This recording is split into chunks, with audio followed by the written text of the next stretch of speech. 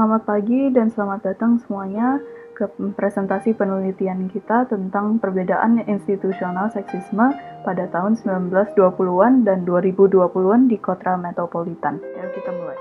Bagaimana institusional seksisme terhadap perempuan di tempat kerja berbeda dengan 1920-an dan 2020-an selama feminisme barat gelombang pertama dan ketiga di kota metropolitan. Masyarakat yang ada di sahabat lalu memiliki stigma bahwa perempuan seharusnya hanya di rumah, mengerjakan tugas rumah, dan hanya menjadi istri yang sempurna, yang menyiapkan makanan sebelum suami pulang kerja. Padahal sekarang, ada wanita yang bekerja di dalam kantor, yang mengerjakan makalah atau konsultasi. Nah, sekarang latar belakang penelitian. Seksisme selalu ada dalam sejarah, itu selalu menjadi bagian dari budaya dan berdampak pada pilihan perempuan. Bukannya kita baru bangun suatu hari dan memutuskan bahwa wanita tidak boleh memiliki hak. Ini adalah proses lambat yang berlanjut selama berabad-abad. Ini adalah prasangka atau diskriminasi berdasarkan jenis kelamin atau gender seseorang. Ini dapat mempengaruhi siapa saja, tetapi sebagian besar mempengaruhi wanita dan perempuan. Ini adalah keyakinan bahwa satu jenis kelamin lebih unggul dari yang lain. Karena itu, banyak wanita di seluruh dunia terpengaruh. Bukan hanya untuk para wanita, tapi juga untuk para pria. Di masa lalu, norma gender jauh berbeda, tetapi hasilnya masih sama dengan perempuan yang didiskriminasi dalam masyarakat dan dalam kehidupan rumah tangga mereka. Bahkan aktivitas global dapat dipengaruhi oleh sikap terhadap perempuan pekerja, terutama dalam hal kuantitas tenaga kerja. Tidak perlu jauh-jauh mencari contoh.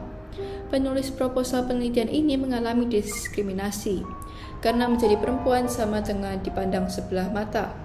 Di sekolah ketika harus memindahkan kursi, guru selalu memilih anak laki-laki yang tinggi dan kuat, bukan anak perempuan yang tinggi dan kuat. Ibu penulis mengalaminya dan ibunya ibu. Sekarang kita masuk ke dalam studi pustaka.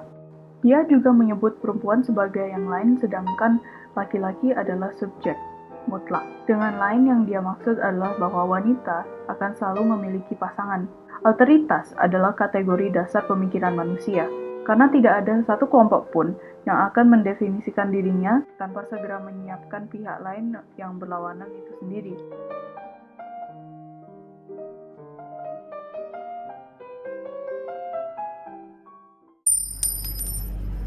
Apa pemahaman Anda tentang seksisme? Maksudnya seksisme itu apa? Belum familiar sih sebenarnya ya. Diskriminasi gender? Siapa atau jenis tugas apa yang Anda buat? Kantor itu jadi staf notaris, magang salah satu. Sebagai owner?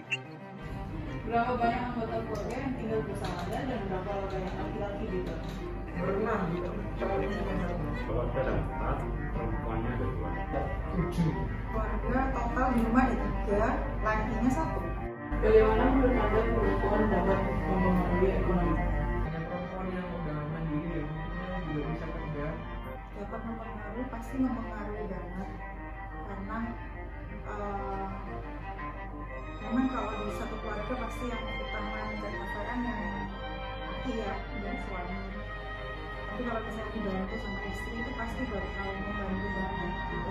Karena ada 2 sumber di dalam satu. Kalau zaman sekarang kayak udah nggak anu juga ya, cowok seorang laki kepala keluarga harus jadi nafkah utama, pencari nafkah utama, kayaknya enggak udah ya. Apa Anda pernah dilecehkan secara seksual? Pernah sih. Oh pernah. Saya pernah sih karena Kesimpulan, kita semua memiliki pola pikir yang berbeda. Beberapa mungkin berpikir seperti pada tahun 1020-an. Beberapa mungkin berpikir lebih jauh ke masa depan. Dapat kita simpulkan bahwa seksisme terjadi karena misogini. Dan misogini ini ada karena ego laki-laki.